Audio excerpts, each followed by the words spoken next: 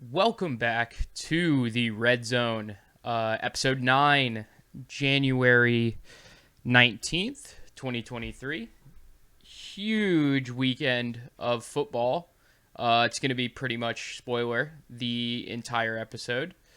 I will talk a little bit about the unfortunate experience I had at the Pelicans game last night. I had a good time. It's just how the Pelicans played was unfortunate for sure, but a lot more excited to talk about the huge week of wild card action that we had going on in the NFL. With the new format that we have, only one team gets a bye. So we had 6 games to talk about. Obviously, 3 in the AFC, 3 in the NFC. So, we'll get underway, get talking to those. And the first one, obviously, that I wanted to talk about was Giants Vikings. This was one that was like really predictable to be close, right?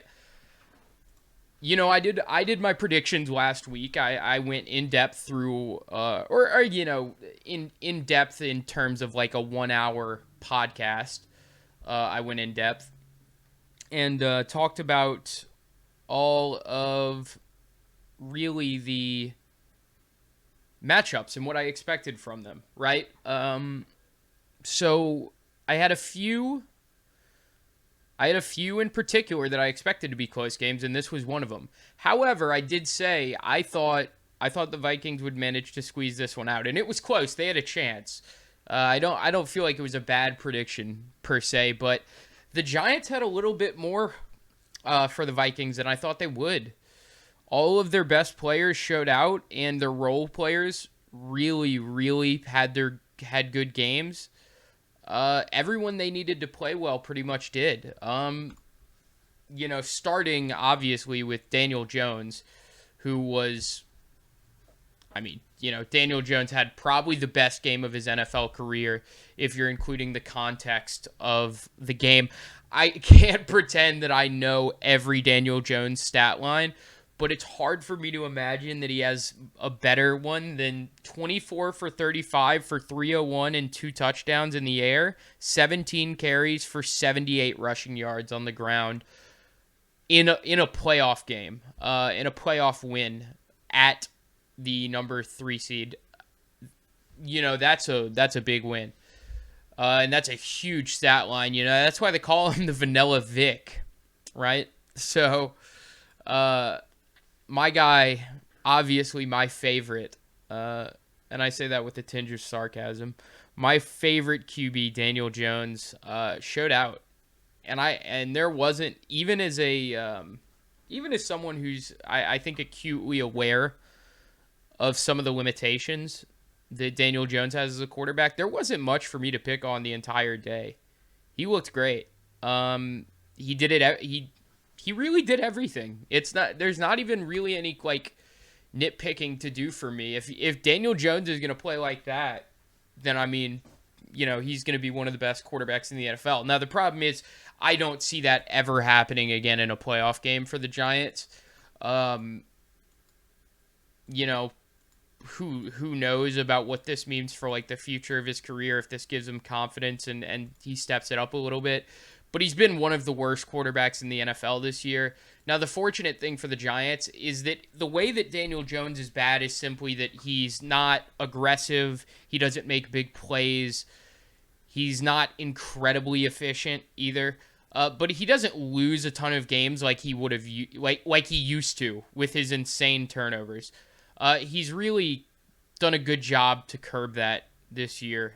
And while he's still been one of the, pretty much by every metric, I'm not trying to pick on him, just pretty much by every metric, he's one of the bottom 5 to 10 quarterbacks in the NFL. He is, he's been sufferably weak. And if he plays like this, the Giants are a threat. But there's no chance he plays like this. Now, on the opposite side of the line, Kirk Cousins had a good game. I'm going to pick on Kirk Cousins for what we're going to talk about in a second. But Kirk Cousins, opposite of Daniel Jones, 31 of 39, 273, 2 touchdowns. He wasn't attacking down the field incredibly well, and a lot of those completions didn't go to Justin Jefferson or were very short passes to Justin Jefferson. Jefferson had 7 receptions, but they only went for 47 yards, which, for context, was less yards than Thielen, who only had 3 catches. It was a very unimpactful day for Justin Jefferson. Even though he's still, even in his bad days, he's still getting 7 catches, 50 yards. He that's the type of player he is, but you want to get a huge game from him. Now, they did get a huge game from TJ Hawkinson, who, man, now TJ Hawkinson being a gifted athlete and having games like this shouldn't be a crazy surprise to anyone. He has, he was drafted in the first round out of Iowa. He was a huge talent.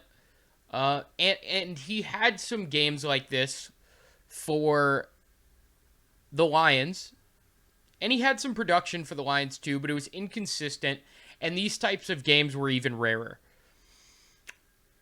And now, since he's come to the Vikings, he's had 2 games like this where he's gone over 100 with, double-digit catches or near it, and his production has just been better than I think most people expected, because a lot of people, and this is, kind of porting the fantasy conversation over into the actual football conversation, but a lot of people, I remember, because I had TJ Hawkinson on my team, a lot of people said that once TJ Hawkinson got traded to the Vikings, they expected his production to go down. They were worried that would be a negative, and I just felt that Cousins would be able to use someone like him, and I didn't think it was too crowded,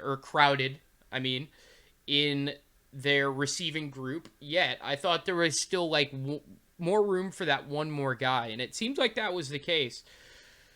But it was not enough. The Vikings got out to an early lead, 14-7, 17-7, late in the second quarter. The Vikings got out to an early lead 7-0 before the Giants brought it back to 17-7. They led for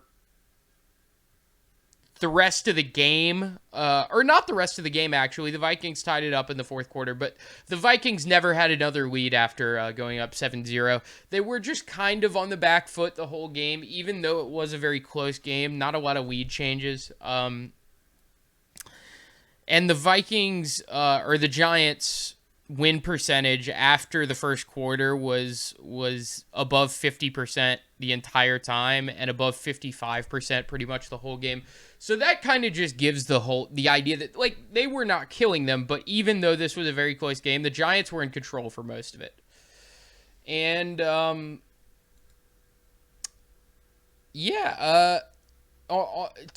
talk about the Vikings' weapons for a second, because they were, obviously the team that won.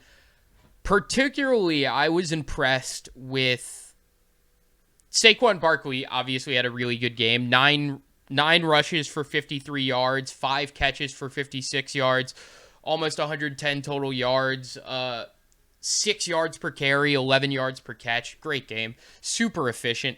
He was great. I felt like this was a legacy game for him. This is something that he's probably been wanting for a very long time, right? I don't know if a lot of people thought that chance would come for him in New York, right? Because ever since he's gotten there, they've been one of the worst franchises in the league, despite even with him having a lot of time out injured. He's been one of the best running backs in the NFL, if not the best. I think there's probably an argument there. So while he's been healthy anyway. Huge game for him.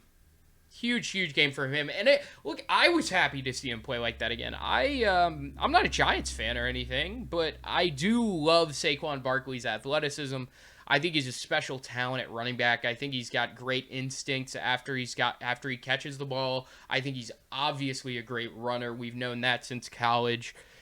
he's a really special talent at running back. So seeing him perform like this in the playoffs was super exciting, I think. And it's like, why would you not be excited to see that? It's one of the best skill position players in the NFL, really stepping it up. Now, the two guys who had more yards than him, Isaiah Hodgins. I was out of the loop about this guy. What a game from him! And I've heard that he's really had a good season for the Vikings. And 37 catches, 400 yards. It's not crazy. That doesn't jump off the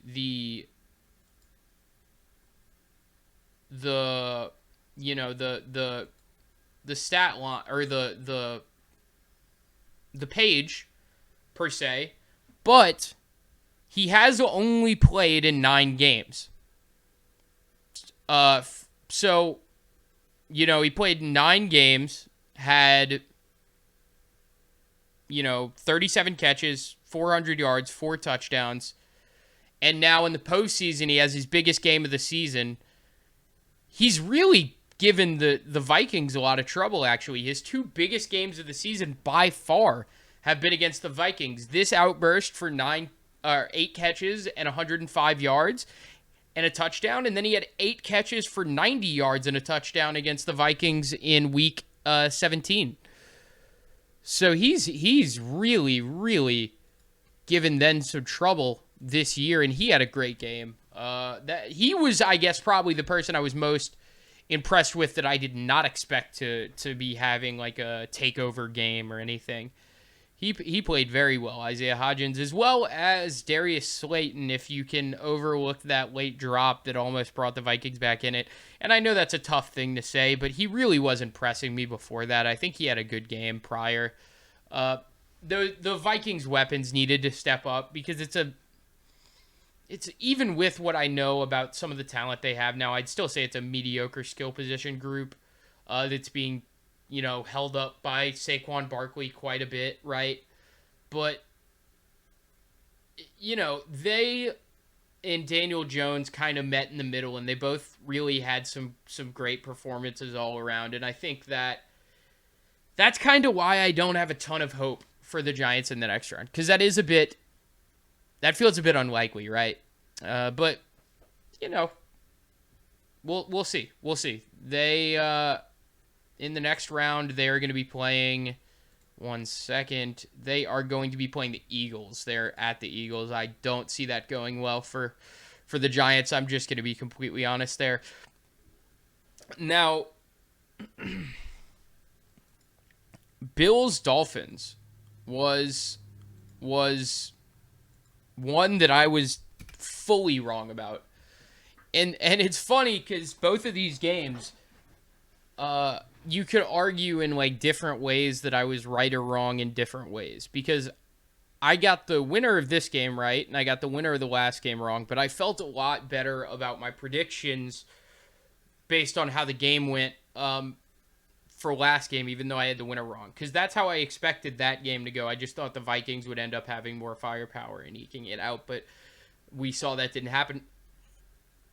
With this game, the Bills got me excited early. They got out to a dominant start. I mean, 17-0 early lead. They were looking really good. And what changed in my mind, because Skylar Thompson didn't have a great game. I'm not arguing that. He performed. He did what they needed him to do at times. I think he really started to calm down a bit at this point, and he started to make some of the throws that they needed him to. So that kind of switched, and the game shifted after that for sure. And the Dolphins did what I think nobody expected them to do. They just kept clawing it back, and they get 3 field goals in a row, which, now you got to look at as, man, that's tough, because we probably should have gotten more out of that. But the the Bills just kept turning it over. I mean, Josh Allen had 2 interceptions. Believe he had a fumble as well. Yeah, Josh Allen had a lost fumble and 2 fumbles that were not lost. Man, they were not secure with the ball at all. They were really, really trying to give this one away, and I did not see that coming. Fins took an early second half lead, which had me very worried for the Bills. That type of momentum can be deadly. And then the momentum, really, it's so funny how football works, right? Because it's so momentum based, and obviously that's like reductive and true of probably every sport, right? That's not, I'm not like saying anything crazy here, but the second that the Bills get this interception from Kaiir Elam, the game was just like over the other way around, or it was turned on its head, because the Fins actually, they stayed in it. They tried to keep it close late. They get the touchdown from Jeff Wilson in the fourth quarter, and it stays like that until the end of the game. But the Dolphins just get 14 quick from a Cole Beasley pass to Josh Allen, and then a Gabe Davis catch from Josh Allen. And so, game was flipped on its head, 10-point lead. Dolphins tried to fight back, but they just couldn't. Skylar Thompson had a rough game. Statistically, it was poor. It was very bad. 18 of 45 for 220, a touchdown and 2 ints. He was not good, but he started making some plays in the second half that you were like, okay, at least we're seeing this, right? And this guy is let's be real, this guy's he's a third string quarterback coming into the season, right? He's not. I watched Skylar Thompson in college. He was a good college quarterback. He's not someone I ever expected to be playing an NFL playoff game. So, you got to cut him some slack. He's also young. He's not like he's been in the NFL. So, that's kind of where I'm at with the whole quarterback situation for the Dolphins. I didn't feel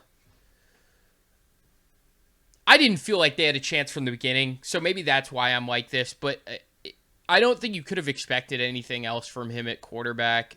They had some tough drops. Waddle and Tyreek Hill both had some really big drops. So they weren't getting a lot of help, if we're being real, but I think all things considered, this was a fine season for the Dolphins, and it's just really tough that they were so unfortunate with the way Tua's season went down. Just the absolutely brutal concussions he's gotten over and over again, and you do probably have to be a bit worried about his future, right? So that's probably the thing that would be worrying me a bit if I'm a Dolphins fan, as opposed to how we performed at the end of the season. I'd probably be a bit more worried about like Tua's long-term health. I just feel like that's the biggest concern long-term for the Dolphins, unless you find another option at quarterback. Because obviously Skylar Thompson is probably not going to be it. Even if this is, only his first few starts that he's had, and he's a young quarterback. Now, Bengals-Ravens had me worried. Oh, man. Man, I was disappointed with the Bengals. I want Joe Burrow to go out and just have a dominant playoff game. I want him to have and I know it's so tough. He's getting pressured so much. He literally he's sacked 4 times for 30 yards in this game. But man, 6.5 yards per attempt is rough. That is rough. And that screams that you're not getting time. So I won't just indict Joe Burrow. I'm really indicting the Bengals offense as a whole, namely the offensive line, right? Because you you need more there. You need a better performance. You need more time. You need to be able to attack downfield when you have a weapon like Jamar Chase and T. Higgins. So you need more time there. Because of that, nobody on the Bengals had like a killer game. Jamar Chase had the best of their weapons. He did thrive to an extent relative to the rest of the receivers in this game. 9 catches, 84 yards, and a touchdown. Bengals couldn't run the ball either, though, so nothing was going offensively. It was a really, really rough day out. They got outgained by a good bit, by a lot, actually. This was a game where the Ravens really should have won this, if not for that Hubbard scoop and score. Really, that was really it. If Lamar Jackson's healthy, it's really difficult for me to imagine the Ravens not winning this.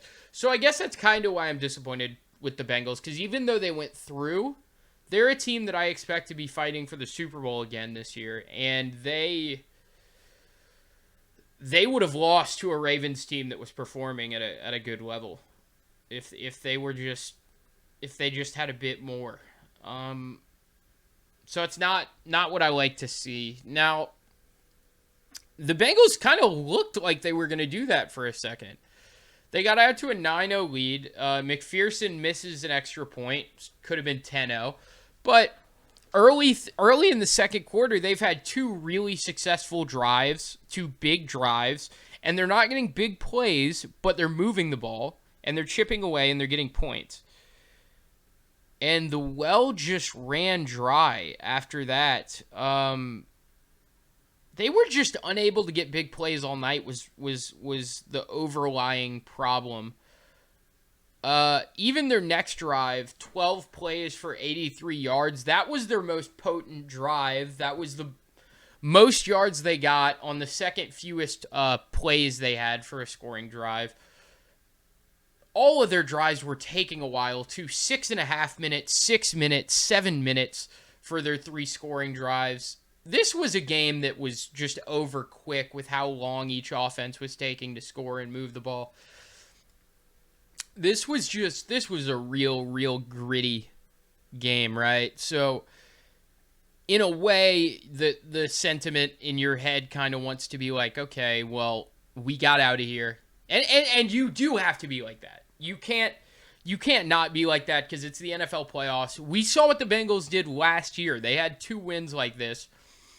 And they, you were like survive in advance, and they did it, and they made it to the Super Bowl, and they almost won the Super Bowl. So wins like this are huge, but you just love to see the Bengals go out and really knock somebody's head off, right? And just give you a great performance. Now, the standouts today, or not today, the standouts Sunday for this game for me were the Ravens running backs. I thought all kind of had their own moments in the game, and that's a trio that has really been there for a while, and it's funny because Justice Hill only had the 2 catches for 10 yards, but one was an absolutely huge first down in the red zone where I don't know how he made it through the space he did to get the first down. Then you got good contributions from Gus Edwards and J.K. Dobbins. I really love that group, even if they're not perfect. I just love the idea of having like a bunch of different running backs who all kind of do their own thing and help with the team. I just like those type of dynamics. It's really cool to me, and the Ravens have a group that does that well. I'd say at the moment, I think that group is pretty exciting to watch a lot of the time. Now, still, they were very close to winning this, even without maybe playing at their best. Missing Lamar Jackson, they still should have won this game. Sam Hubbard at the goal line recovers, and this is actually really impressive too, because the play before, when they knock out Tyler Huntley at the 1.5 yard line, that was a play where if you don't give 100%, if the safety is not giving 100% there, Huntley is fast enough to make that a touchdown. So it was so close to being a touchdown that probably would have won the game for the Ravens. And then you just get that goal line scenario and they make a play. And Hubbard turns it around. Hubbard goes and takes it 98 yards for the touchdown. And essentially won the game for the Bengals with how low scoring of a game it was. The Ravens couldn't rally after that. They got the ball moving some, but they weren't able to get anything too serious.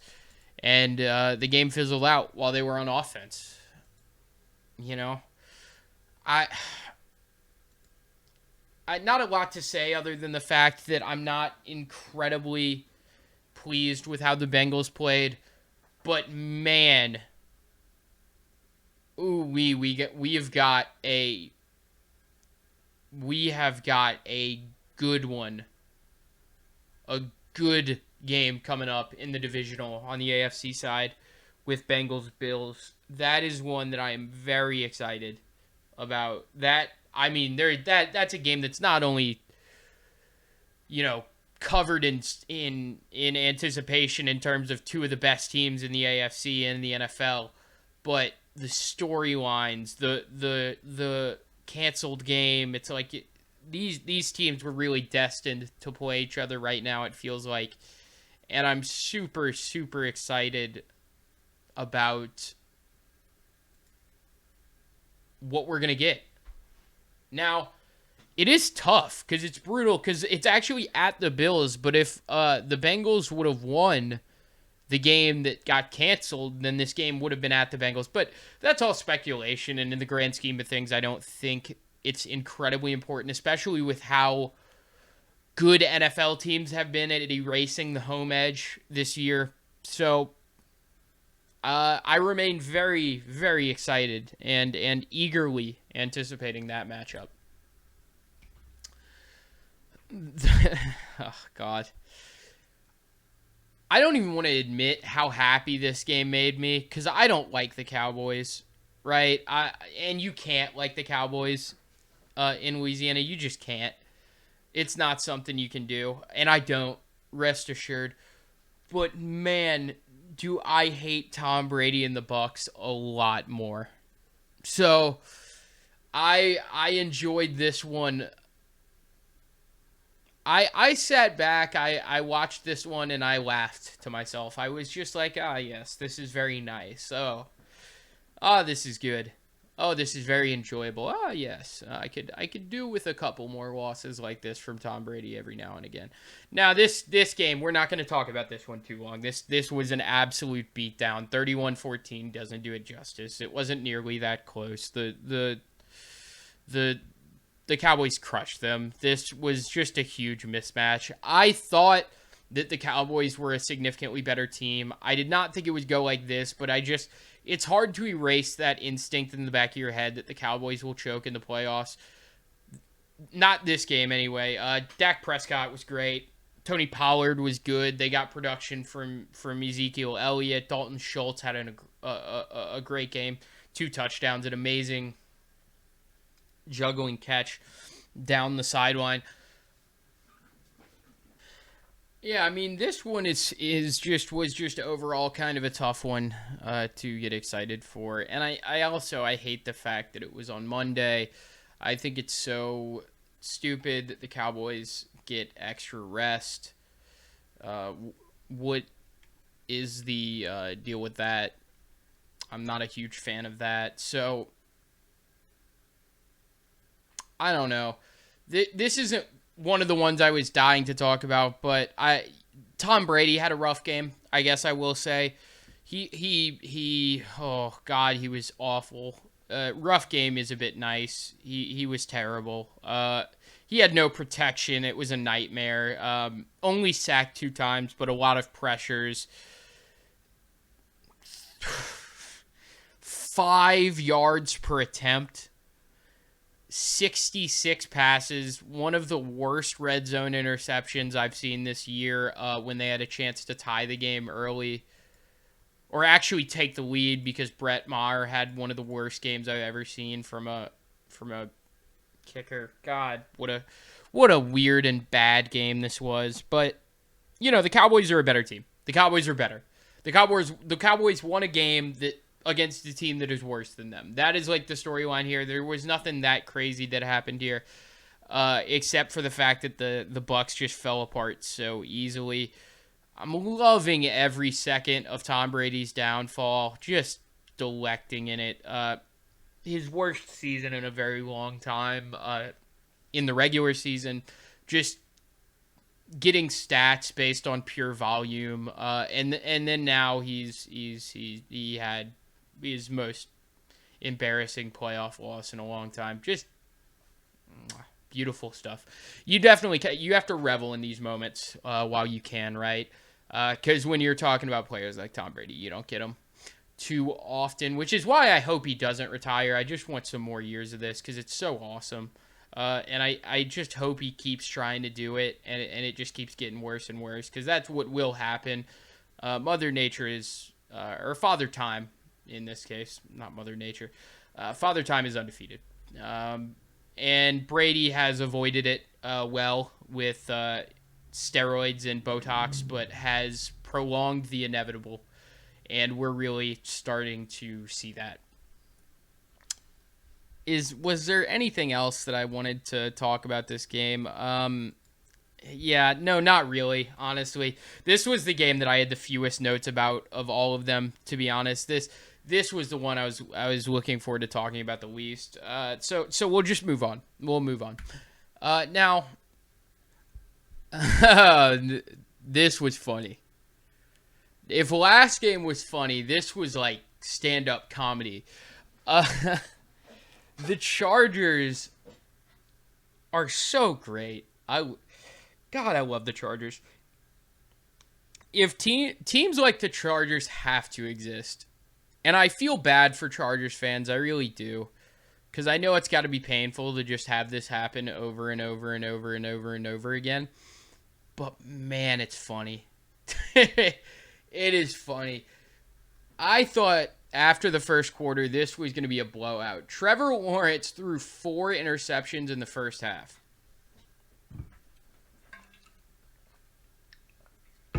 That should mean that the game is over. That is what that should mean. It did not mean that. Now, as for the interceptions specifically, which ones we had that were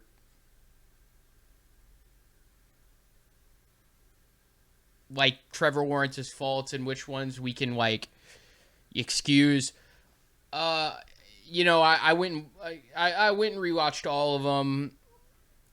The first one is just incredibly unlucky. The first one is not his fault at all, but I don't think anybody would try and argue that it is really. It was very obvious that it was not his fault. The second one wasn't good, but it was on 4th down. It was past the sticks. Bad arm punt is what I would say. It's a very bad arm punt. You'd love to see a better arm punt there from Trevor. Now the third one was bad. Third one was rough. Fourth one was pretty bad too. So it was getting very, very bad for the Jaguars. I mean, the Jaguars were down 27-0 with 4 minutes left in the second quarter. But they did exactly what they needed to do. Touchdown right out of the touchdown right into the halftime, get a stop, touchdown on their first drive. And it's a 27-14 game. And a 27-14 game in the third quarter, if you didn't know the momentum of the game, that's just a normal game. You're just down 2 scores. You can still win that easy. Chargers go and make a field goal. But after that, the Jaguars really locked up. 30-20. They failed their 2-point conversion originally, so still down 10. But they go for it again. And they had a call that I loved here. They went for the old school Drew Brees QB reach over the center. And normally that's a bit scary to do from 2 whole yards out. But Trevor Lawrence kind of is a very large human and also is quite athletic. So, and the thing they did that was different here is they did not foreshadow it a ton with how they lined up. They were lined up with several out wide. It looked like, if anything, maybe they would give it to Etienne. But very, very quick. Lawrence just reaches one arm out, goes and gets it, and it's a 2-point game, and that sets him up to go win it with a field goal from Riley Patterson from 36 yards out. Man, Trevor Lawrence didn't have a good game. You know, you can't throw 4 interceptions and have a good game, right? You just can't. So he didn't play well, but man, he bounced back from those interceptions quite well. And he had a good second half. I can say that. He had a good last 35 minutes, really. Travis Etienne was great, as always. I love Etienne. It's great talent. Very, very, very good player. Evan Ingram has turned into a weapon in Jacksonville. He is someone who I think deserves all the credit in the world for how he's been playing with Trevor Lawrence ever since he's gotten into form. This is a really, really, talented receiving threat that is finally starting to show some consistency and kind of burst into, it's starting to have the beginnings of maybe a star down the line. He's a really unique athlete and talent. 6'3", 235, and he showed some nice blocking, size and hybrid nature considered, on Joey Bosa. So I was really impressed with Ingram. Thought he had a great game all around. On the other side, it was kind of the game of the tight ends because Gerald Everett also had a great game. He played very well. Big day for him. 6 catches, 109 for a touchdown. So really just a great game for the tight ends on both sides. Herbert had a good first half. Really rough second half, but it was just rough for the Chargers offense all night when they weren't getting turnovers. Of their scoring drives, they were really almost all assisted by turnovers. 18-yard touchdown drive, 16-yard touchdown drive, 1-yard field goal drive, 45-yard field goal drive. So all their scoring drives were short, except for they had a 11-play, 62-yard drive for a touchdown. And that was easily their best drive. That put them up 24-0. But the yardage told the true story. Even with the 5 Jacksonville turnovers, they were the better team offensively when they could keep the ball out of the Chargers' hands. Really disappointing outing for the Chargers offensively. And I think Brandon Staley really needs to look in the mirror after that type of performance with the expectations that you might have had. The Jags offense in the second half was really nice. I loved some of the throws that Lawrence was making. I think he really showed out in the second half, and looked good. Looked really, really good, and I was very impressed with that. That's what I've wanted to see out of him since he came from college, and getting that type of performance out of him even after the turnovers, that's even more hope, which he's just been building on late in the season, and he's been one of the better quarterbacks in the NFL recently. Going for two, also, last thing, going for two on that touchdown with 5:25 left is just, oh, I love that. I really, really, really love that. I was very, very impressed with that. That was one of my favorite decisions I think I saw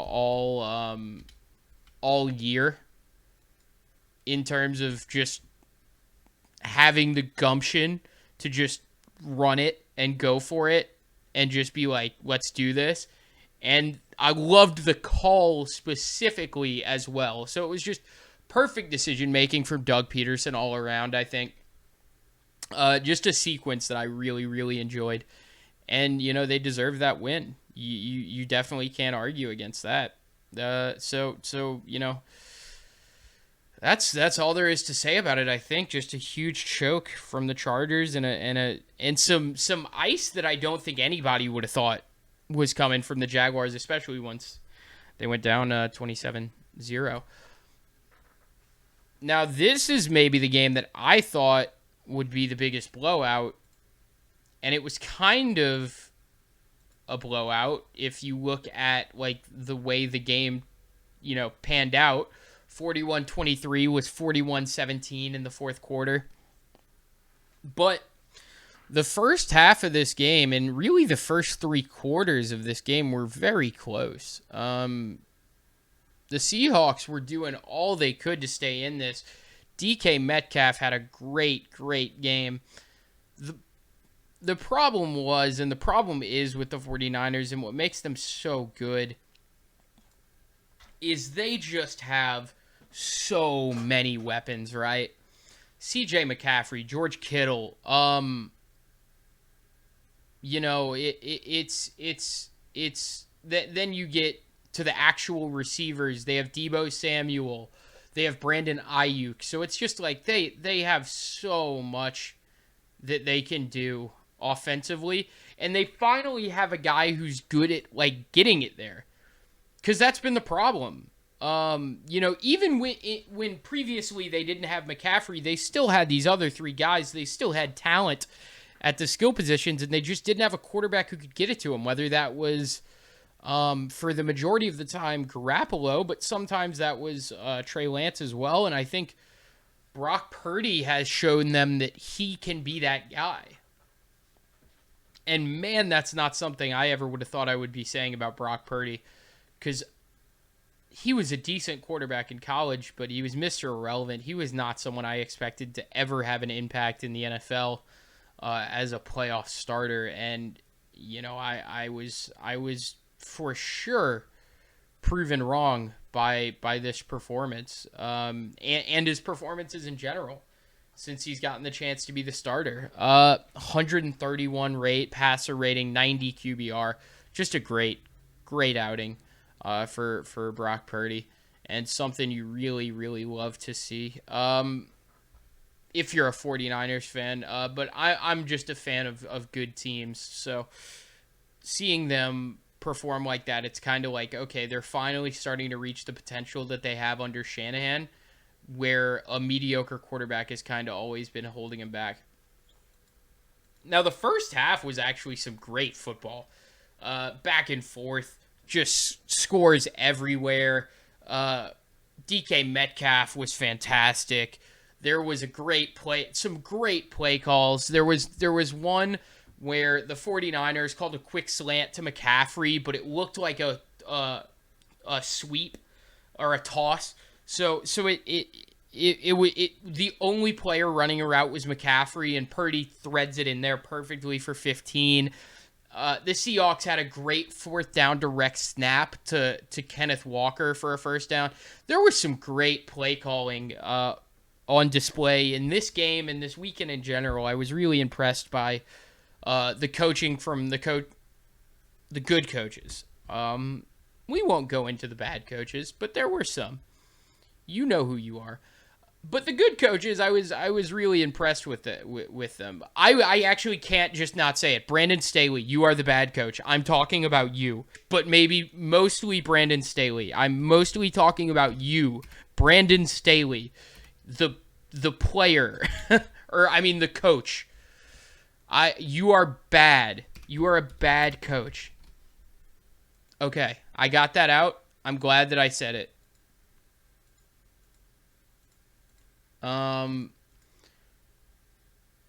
Yeah, Todd Bowles though also very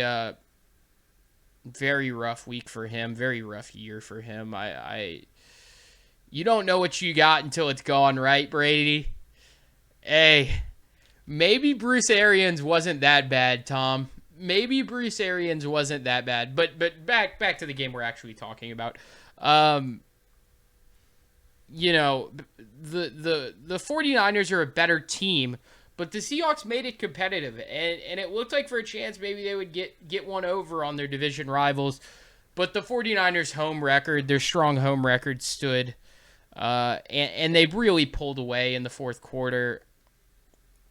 Very impressive second half from a very impressive team that I honestly expect to probably make the Super Bowl, if not win it. I just think they're the most well-rounded, the most talented team. And I think the only thing stopping them is one of those powerhouse AFC teams if one of their quarterbacks can push them over that hill, over the challenge of just playing a roster that I think is unbelievably stacked. The Geno Smith fumble as they were driving in the second half was really kind of the turning point. After that, the game was pretty much over. And Geno Smith had a rough second half. You don't want to put too much on him because he played well, all things considered. He's played well this season. He had a good first half, but the interception and the fumble from him really put the game away. In the second half was not what they needed when they were in the middle of a competitive game that I don't think anybody expected them to be in, if we're going to be totally honest. My New Orleans Pelicans struggled. Last night I got to go to a game, my first game of the season, in the Blender versus the Heat, because my lovely girlfriend bought me tickets for Christmas, so we went. And man, it was our worst home loss of the season. It was such a tough game to be at. It was not only our worst home loss of the season. Now that I'm looking, it was fairly comfortably our worst loss of the season, period. There were only a couple that were close, and those were on the road versus very good teams. God, we were just never in it. CJ McCollum played well. He in the second half his shooting cooled off. He wasn't fantastic, but he was per usual with what's been going on with this team lately. He was the bright spot. Oh, we're struggling. There's no other way to say it. We need Brandon Ingram back and Zion, but man, we need Brandon Ingram back. Ever since we were 18-9, we have lost, let me count here, 6, 10, 13 of our last, that's not good, 13 of our last 21 games. So we are struggling immensely at the moment. We are really struggling. And I don't want to analyze this too deeply because it's very obvious. The Pelicans are struggling because we are missing our best players. We're missing Zion Williamson. We're missing Brandon Ingram. This team is not complete. But I think it's actually gotten to the point where we have had to deal with this so much already this season that the guys who normally at the beginning of the season brought that edge when our best guys were out there, they're getting the expectations of having to perform like starters, and they're just not, the type players that are going to do that. When you've got guys like, I love Najee Marshall and I love Dyson Daniels, but when you've got them playing 32 and 33 minutes, it's just not going to go very well. It just isn't. They're decent players, but that's just not them.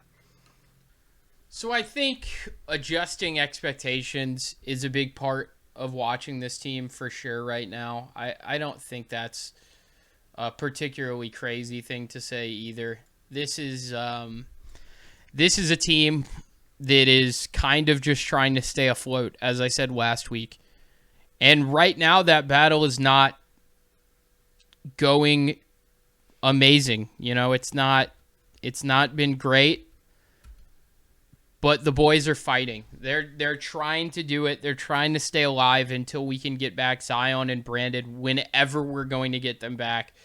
Zion, who knows? Brandon, who knows? We truly have no clue. We're just totally in the dark, and we're just praying that it'll be soon. That's all you can hope for. We're not going to be a team that competes with the top two in the West, the Grizzlies and the Nuggets, until we get those two back. And we're really starting to fall off the pace. 5.5 games back now, which is the biggest the gap has been all season between us and the first seed. So it's very sad. You can't even be angry. It's just sad. It's just disappointing. We're just getting unlucky, and we just need our guys to be healthy.